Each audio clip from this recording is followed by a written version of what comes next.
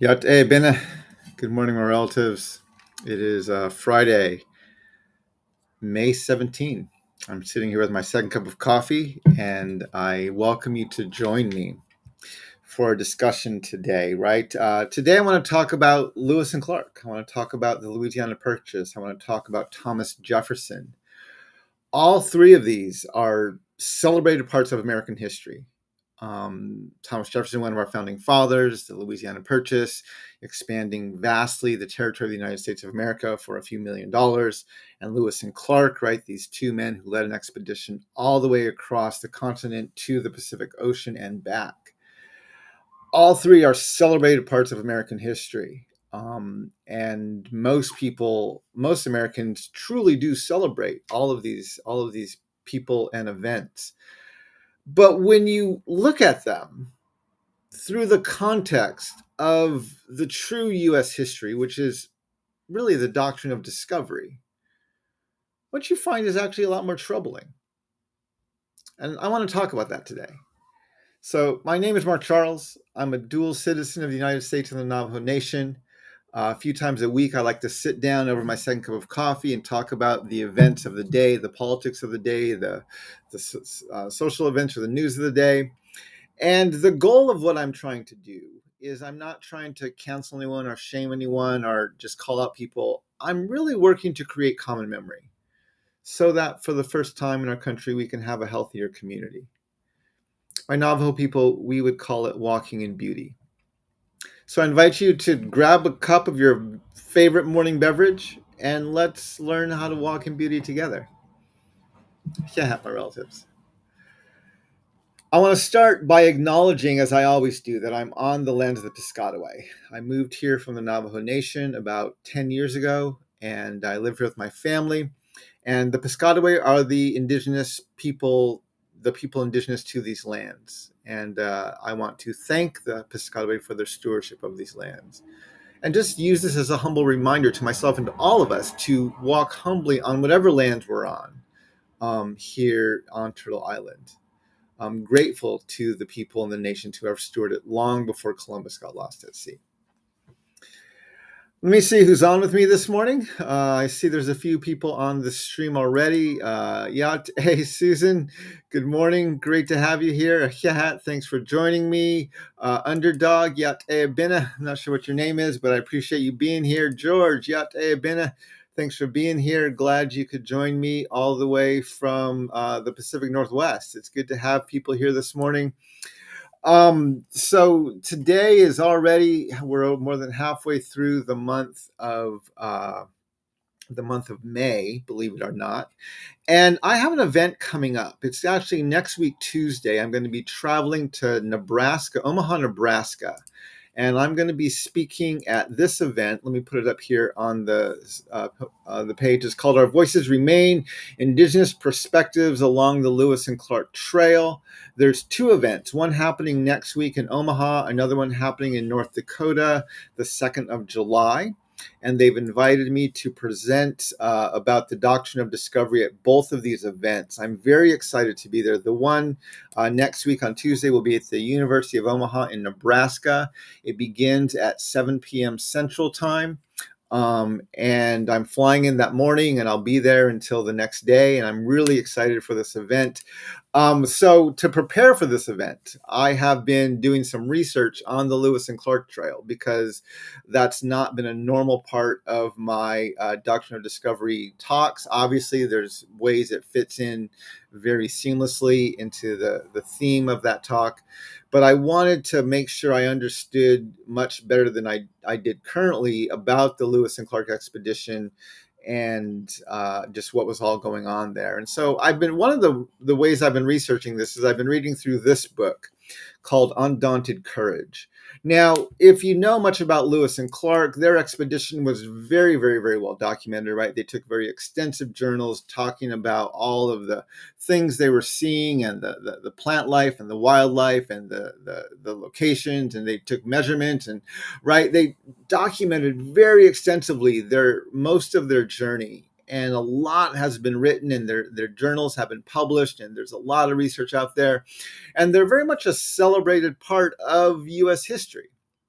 Um, the reason I chose this book, Undaunted Courage, is because basically what Stephen Ambrose did in this book is he took all of those journals and all of that writing and he wrote it out as a historical narrative.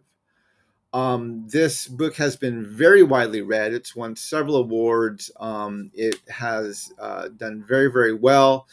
And I thought it would give me kind of the best kind of comprehensive and overall view of the Lewis and Clark expedition without having to go into all of the details in the journals, which I would love to do at some point, but I knew I just didn't have the time to do all of that. So this is one of the books I'm reading through right now, and it's been a very good book. Now, I haven't finished it. I'm actually aggressively trying to get through it before my event next week. But so I'm still taking very extensive notes on it as I'm going through it, and I'm actually listening to it on Audible. And so what I want to talk about today are more of my impressions that I've gotten from reading this book. And I have been learning a lot more about Thomas Jefferson than I knew. I have obviously been learning a lot more about Lewis and Clark, and even just about the whole way the nation was kind of coming together, and how the stuff that I talk about and that I researched extensively regarding the Doctrine of Discovery was playing out not only in the places I've been highlighting, but in pretty much all of American politics. You know, one of the things obviously that is well documented is that Thomas Jefferson, along with many of other of the founding fathers, were slave owners. They had enslaved people working for them. They owned enslaved peoples, and they were very much a part of this white supremacist colonial nation. And that was the worldview that they were just saturated in, which was very much informed by the Doctrine of Discovery. And Thomas Jefferson was not an exception to that. This book points out that, yeah, both Thomas Jefferson, George Washington, many other of the founding fathers held very vast tracts of land. Even for their fighting in the Revolutionary War, a lot of the soldiers who fought in that war were given large tracts of land, so that they could begin settling those lands and farming them and so on and so forth. It talked a lot about kind of the history of Virginia early on in the book. It was really placing this expedition within the context of who Thomas Jefferson was and where he came from. And it pointed out several places. There are several places in the book that I've read so far that just flat out said Thomas Jefferson was a land speculator who was absolutely interested in empire building and in expanding the empire of the United States. Right? Vision not that much different from what Great Britain and other nations were doing. Again, and I've said this in my events, right? The Declaration of Independence, right? Their whole complaint is that they don't want the right of discovery to belong to the king. They wanted, the colonists, the founding fathers wanted that right of discovery for themselves. And so it wasn't a surprise. It was just, it's again, just reading through the book and seeing how very clearly and explicitly, yeah, that is what Thomas Jefferson, that is what George Washington, that is what so many of the founding fathers absolutely believed. And so if you were just reading the book and you weren't well versed of the Doctrine of Discovery, you would think, oh, yeah, they just wanted land. But you have to understand the lands they were being given, the lands that they were taking, the lands that they were eyeing west of the Mississippi, right? These were all native lands. It's interesting because the book talks a lot about the abhorrent act of slavery. But it actually tries to distinguish, and it says that the founding fathers actually had a higher view of native peoples and could actually envision them becoming citizens. Now, that's fascinating to me as I think about that statement by the author. Because, again, the Declaration of Independence refers to us as savages. And while the author is very much pointing out the horrors of enslavement, which are horrible and need to be pointed out, he doesn't seem to make the connection between the fact that the lands that Washington and Jefferson and others were speculating, the lands that they were giving out as rewards for fighting in the war, these were not their lands, right? These were lands that they had claimed based on their belief in their own supremacy and in the Doctrine of Discovery. And so one of the key things, and I wasn't actually aware how close the timing was between the Louisiana Purchase and the start of the Lewis and Clark expedition. And it literally was just a few weeks. There was negotiations going on with France. So the way it worked, apparently, I didn't know some of this detail, is that Spain had originally claimed the Louisiana territory, and they claimed Louisiana, but then France kind of negotiated it from them. And so they actually had they had the title, or they had the rights to Louisiana. And the Louisiana wasn't just New Orleans, right? It was pretty much the whole western half of the Mississippi watershed. And they had claimed that was the right they had claimed. And so it points out in the book how when they were first planning this expedition, when Lewis and Jefferson were planning this and thinking about it, they were very aware that they were going into lands not controlled by the U.S. government. They were going into Spanish and French-controlled lands. And so they had to be very careful not to make a big political scene about it. And they actually were going in with the intention of trying to build alliances with the native nations who were living there to kind of get them on the U.S. side, and to side with the U.S. instead of with the French and the Spanish. And as Lewis was kind of bringing the details together to launch the expedition, Jefferson was negotiating with Napoleon and France about purchasing Louisiana. And just a few weeks before the expedition started, they closed a deal on the Louisiana Purchase. And that dramatically changed the message that Lewis and Clark were now bringing to native nations. Now, instead of approaching them as nations who they were seeking their allegiance and their alliance with them in their struggle against other nations, now they were going in, and their message to whatever native nation they found was, you have a new great white father. That was literally the words they used. Thomas Jefferson, the President of the United States, is now your great white father. You are now his children. You are now subservient. We purchased you. We purchased your lands, and you are now on our sovereign territory. And that's exactly the words that Lewis used when he began speaking to native nations. Not only trying to entice them to have alliances and to accept this American presence, but then threatening them if they push back against that presence and did not accept it. And again, they frame the expedition in terms of, this is a scientific discovery. This is about learning about science and trying to understand the continent and making it all the way to the Pacific, and which they were very much doing. But again, the book is very clear, and the more you read about Thomas Jefferson and the Founding Fathers, right, these men were all empire builders.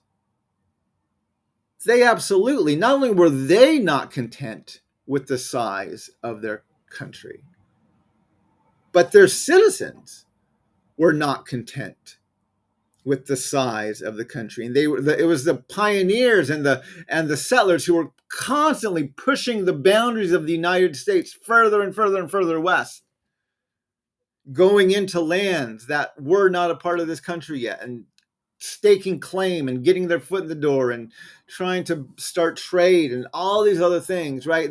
It was the pioneers and settlers who were really pushing the boundaries, and the government was just trying to keep up with them. But the goal was absolutely empire building.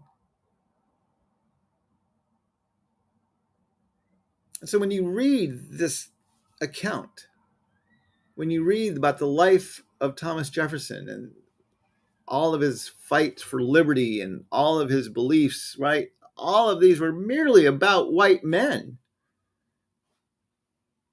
The book even points out, well, he hoped it would be the next generation who would possibly bring an end to slavery.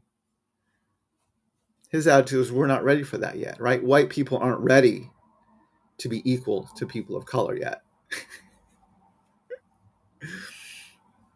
And so, again, the book, when you understand the worldview that all of this was happening in, is absolutely disgusting.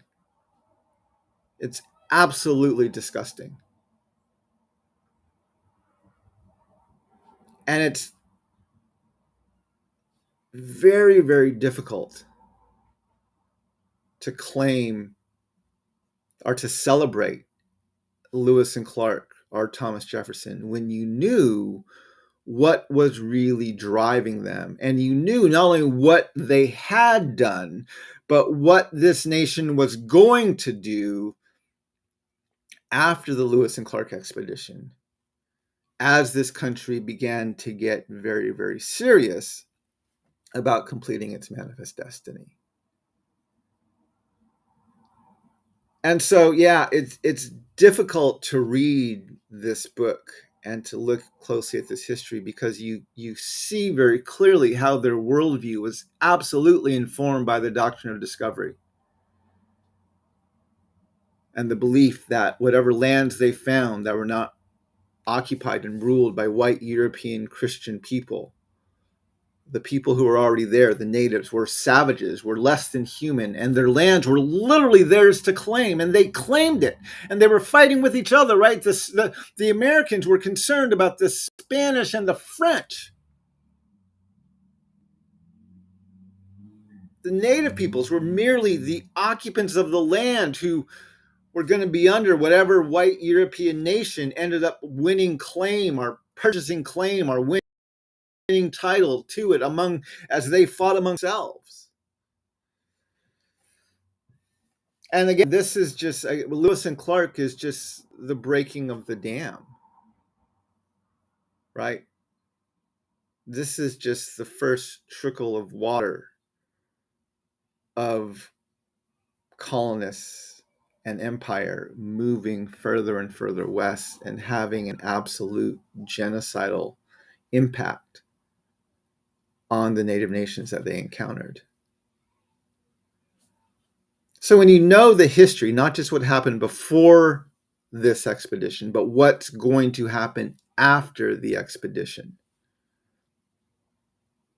the book is actually a very disturbing read. The Lewis and Clark expedition is actually a very disturbing, and no matter how much you want to root for Lewis and Clark as they struggle and have problems and sickness and encounter all these things, but you see very much their worldview of, yeah, we're going into unoccupied lands and these are our lands to claim, and look at where we can civilize these lands, and all this other BS that just comes out as because of that.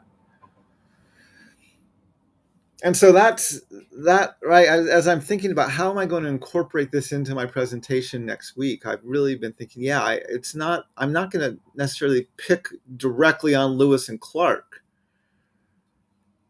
as much. I just want to say, no, once you understand what the goal was and what this nation was moving towards and what they were trying to do, that's what actually makes Lewis and Clark and this expedition so gut-wrenching, is because it's merely setting the scene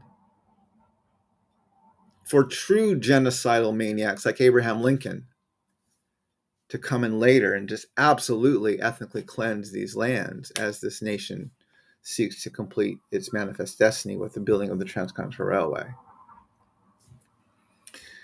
So yeah, it's a difficult book to read. As I was researching this, one of the books that are articles I read, I came across this article. I'm going to put it in the chat right now. It's from the Onondaga Nation. And this is about the Citizenship Act of 1924. If you remember, I'm actually writing an op-ed right now on the Citizenship Act of 1924. It was passed on June 2nd of 1924, and I am working on an op-ed for Native News Online that will be published on that day. And so I've been doing a lot of research into the Citizenship Act, and the Onondaga Nation actually protested the passage of this act along with other Haudenosaunee.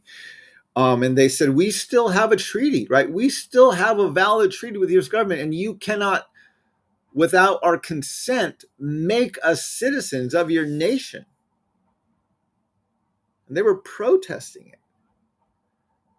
And this article was written, it was published by the Onondaga Nation. It was written by the legal counsel of the Onondaga Nation in 2018.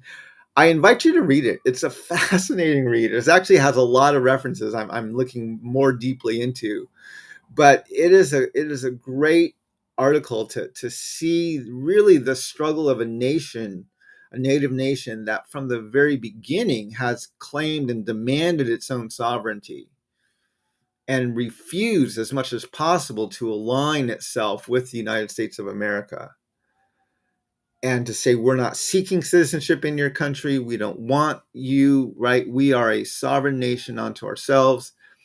And yeah, I very much encourage you to read that. Just two of the things. And one thing I learned about this, the first was the Appropriations Act of 1871.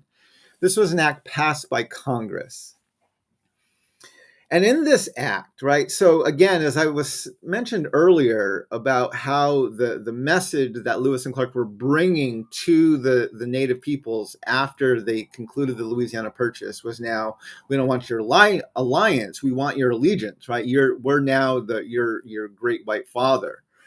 And so there's very much this shift even around the Revolutionary War, right, when Native nations were key allies and either allies or opponents in the Revolutionary War, and they could either help the U.S. or they could help Britain, so they were treated much more as sovereign Native nations, which treaties were built with.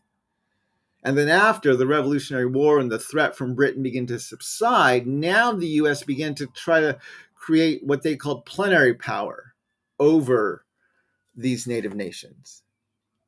And in 1871, in the Appropriations Act, I think it was called the Indian Appropriations Act of 1871, it said this. This was a clause that was added in. It said that hereafter, no Indian nation or tribe within the territory of the United States shall be acknowledged or recognized as an independent nation, tribe, or power with whom the U.S. may contract by treaty. Provided further that nothing herein contained shall be constructed to invalidate or impair the obligation of any treaty heretofore lawfully made and ratified within any such Indian nation or tribe. What this was doing, what Congress was declaring in 1871, was that from here on out, Native nations were not independent sovereign nations who the U.S. made treaties with. Now we were domestic dependents. And we could be dealt with through executive order or even through Congress. The article continues to reference an article written by Professor Hamptman. And it said, Professor Hamptman continued by concluding that plenary power has an interesting history, end quote. The author then says, this is a rather sanitized way of saying that Congress and the Supreme Court have simply created this claim power over Indian nations out of whole cloth with no historical or legal basis or precedent. In fact, the powers claimed by Congress are clearly in violation of the U.S. Constitution. Again, the Supremacy Clause of the U.S. Constitution says treaties are the supreme law of the land. And with things like this act in 1871, Congress is saying, no, you're no longer an independent nation. You are now domestic dependent. And so the treaties, we will not relate to you with treaties anymore. And then they begin to claim plenary power over even the treaties that were already made. Again, this is fascinating things to read, to actually read the words as they were being written by our Congress, and to see where they're just creating these precedents out of nowhere, simply out of their desire to claim more Indian land. So anyway, I encourage you to look at that book. It's a very fascinating article. I encourage you to read that article by the Onondaga Nation, the Citizen Act of 1924. I'm going to be referencing it more in the op-ed that I'm writing, but it's a very eye-opening and insightful document that I welcome you to read. But anyway, my relatives, I hope you find this helpful to understand. I know I'm not necessarily anything new, but it's always fascinating when you learn more details, right? I've been saying this for over a decade now. The deeper you dig into U.S. history, the worse it gets. Because these things like the Doctrine of Discovery and the lie of white supremacy and the patriarchy and all the things are rooted in our foundations.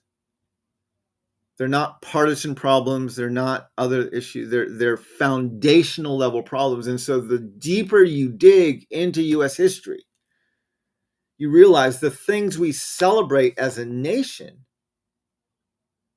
are rooted in this dehumanizing worldview and this blatant colonization and empire building. And right, it gets, the deeper you dig, the more disgusting it gets. And so that's, yeah, I wanted to just share some of that with you. It's again, what I'm finding as I'm reading this book is not surprising, but it is, again, it just gets worse. The deeper you dig, the worse it gets. This is why the work I'm doing to create common memory, this is why teaching this history and challenging these myths that we've constructed as a nation are so important, right? I absolutely believe where common memory is lacking, where people do not share in the same past, there can be no real community. That quote is one of my favorite quotes. If we want to have healthy community, we must start by creating common memory. And that is absolutely what I'm trying to do, my relatives. On this podcast, on the writing that I do, the book I've written, Unsettling Truth, the book I'm writing now, Decolonizing Faith, and the speeches that I give, the presentations that I give, all of this is to help create this common memory so that we can learn how to build, for the very first time, this healthier community. I want to thank you for joining me, my relatives, today. I hope your second cup of coffee is as good as mine is. George, thanks for being here. Susan, thank you for being here. Brian, Yá'át'ééh, thank you for being here. I appreciate all of your presence and joining in on this dialogue. If you want to order signed copies of my book, Unsettling Truth, you can get those on my website.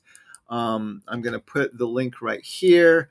If you want to go deeper in dialogue with me regarding a lot of these things, I have a lot of ways that we can engage more deeply on my Patreon site. This is one of the best ways to support my work. I work incredibly hard to keep my voice as independent as possible.